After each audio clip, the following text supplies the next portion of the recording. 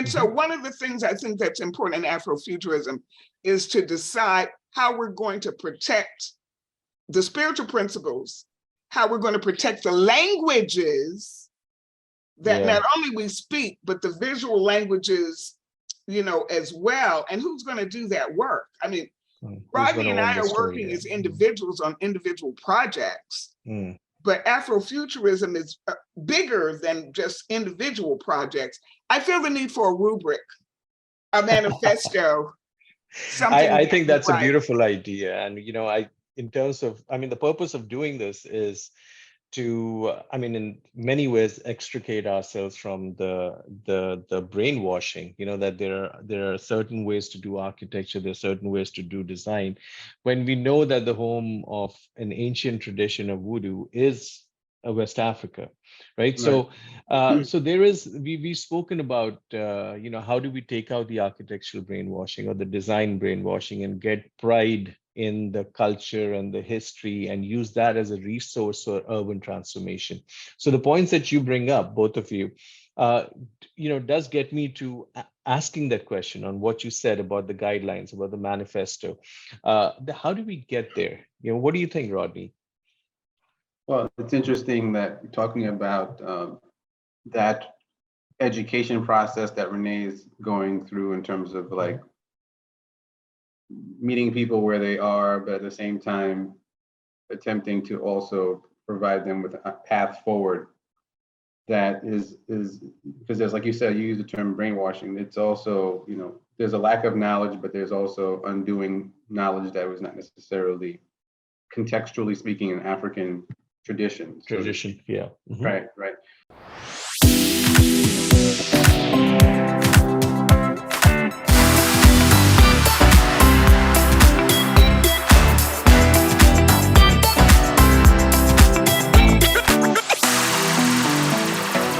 And I also at that time made it a priority for myself once I was going to graduate from architecture school to travel to West Africa to experience life from a contemporary African perspective. One of my biggest concerns was that our understanding of Africa, our identities, is often shaped obviously through, you know, Hollywood and other images that are projected of Africa. Most of those images and understandings are often the kind of like either ethnographic or some type of vision which related back to the past from almost a kind of like an archaeological perspective or perspective of ethnographic perspective that was limited and quote unquote primitive, where, you know, the reality of it was that, you know, I wanted to understand more, okay, what was the contemporary sense of Africa, of how that language has become transformed so that it can show that there's a way that they overlap and there are connections there. So where you do have some symbols that are Dinka, you also have some other symbols that come from the Congo, from Brazil, from Haiti, that are also Vodun symbols that are all part of this kind of like lexicon of a global diaspora, language. So it's not necessarily an either or. It's not about, you know, AME, African Methodist Episcopalian versus Vodou versus Islam, but it's like, you know, we have African traditions in all of those cultural worship practices that can kind of bring us together. So I think it's a tricky balance, but I think it's an important balance to kind of bring us back to an understanding of the significance of these worship practices.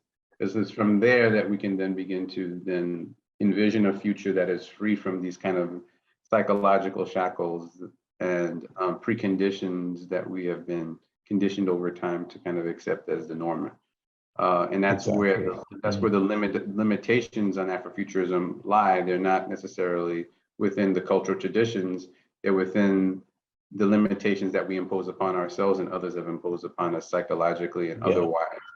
So, you know, I think that the more that we put these ideas and out there, and the more we reveal them historically as, you know, the sources of how we were able to survive, because it was through these cultural traditions, through these languages that we were able to kind of like survive slavery. Yes. Right. And to maintain, you know, some level of cultural cohesion through these centuries of dislocation and separation and violence and loss and theft. So we should be cherishing them, right? Sure. And it's through that, I think that, you know, a future vision of how we can then begin to redefine ourselves is possible as well. So it's very, very important, and it's a difficult struggle, but it's something that is worth fighting for.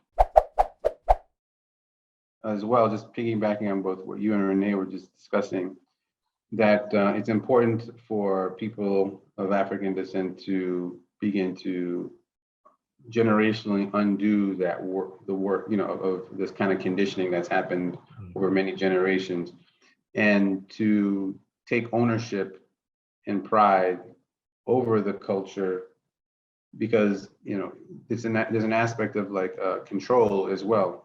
Is like, you know, the idea of being able to have a destiny and being able to manifest one's destiny by having control over one's destiny. Yes. And if you do not, you know, appreciate or understand even like your own history and your own culture, then you're never going to be able to envision a future that is free from, you know, the shackles of that legacy that we're talking about. You know, I wanted to add, it's almost going to require the development of a school of thought. Bravo. Right? I'm not sure manifesto is the end all. There's got to almost be a school of thought, because one of the things that I find very interesting about this conversation is Rodney spoke about it, and so did I, and that's the confluence of multiple disciplines, of the arts, of religion, of food, of music, cosmology.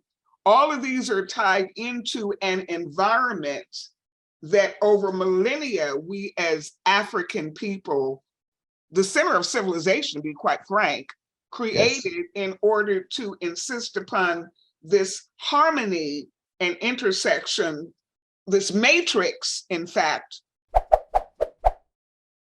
The other thing in terms of the undoing, through my research in Africatown, I'm also looking at post-traumatic slave syndrome. Because to think about even building, you know, a house on a foundation where we have been psychologically damaged and impacted, we know it, you know, intuitively, you know, something happened, we were enslaved, blah, blah, blah, blah, blah. But we never really looked at the long-term psychological baggage that we have had to carry as part of this notion of, you know, survival. So going into any kind of Afrofuture is going to insist that we become very clinical about the diagnoses of how we were affected spiritually and also psychologically. And then we have the dominant culture who denies that anything happened and it really wasn't all that bad. You know what I mean? I mean, it's kind of like blaming the victim. This is the kind of baggage that we carry. And as designers, we're aware of it. And the depth of our research, the depth of our really wanting to find the Afrocentric perfection in terms of solution. Insists that we use design as our transformative tool to the extent that we can. I do want to ask one more question before we wrap up this conversation, you know, which is who's going to tell the story? You know, we spoke about this point of who's going to own the story, how are we going to tell the story, you know, and what are the steps that we can put out there for our viewers, saying that telling the story from another perspective, you know, that the quote that we often talk about, until the lion tells a story, the hunter will always be the hero. Yes. You know? And I actually heard that at a NOMA conference. And a lady whose it's one of the NOMA mantras. It's a, well, you know, this who's going to tell the story is so totally critical to this finding of the slave ship that the dominant culture denied ever existed because they burned the evidence because it was illegal. Now the ship is found and oh my God, there was a ship. So the descendants have been vindicated, but the admiralty of the ship belongs to the state of Alabama. So the dominant culture gets control of the ship, which means they also get control of the story. And I think I had mentioned to you initially, the Tourism Bureau in Mobile, Visit Mobile, was going to build a replica of the ship, serve drinks and dinner on the replica of the ship as they floated the ship to the actual Clotilda discovery site. That lack of, not only lack of sensitivity, but no regard and no respect for the trauma of the other. So I'm following the Michael Blakey model, this rubric, as we call it, engaging descendant communities on the interpretation of American slavery for museums and interpretive sites. This is really the mechanisms of controlling the future, and by controlling the story, controlling the narrative, and controlling the ideas. And, you know, even though many people don't understand the significance of culture and the significance of history, the significance of ideas and the impact that ideas have on the evolution of society, you know, at first glance, it doesn't seem like as an important thing, but obviously, you know, when you engage in these types of battles, you know, you'll find how people will fight tooth and nail to control the narrative, to control the story, and to go to every length that they can. So you understand that at that point, really the significance and the importance and the power of that. You know, and I think that well said. Being much more proactive about developing narratives and infrastructure and institutions to support these kind of narratives is very, very critical, because, you know, Africatown, like I think Renee was implying, is one of thousands of probably Africatowns that we don't even know about. Right. And that's one thing that I've learned over the last, you know, 20 or so years of working and doing this work and teaching about this work of African American history, is that they are just so, everywhere I go, every city that I go, there are stories like this that are not been told. And the extent of it is, it's really mind blowing. Honestly, it's staggering. And the more you go into it, and the deeper you go, the more you learn, the more you find out that it's really foundational to the country and to the Western Hemisphere. To the Western Hemisphere. That's one of the things that, you know, and then you make connections with people from all over the world. Yes. You know, there's a woman from Brazil that I met just by happenstance who was visiting the burial ground one time a few months ago, that is doing the same type of work in Rio.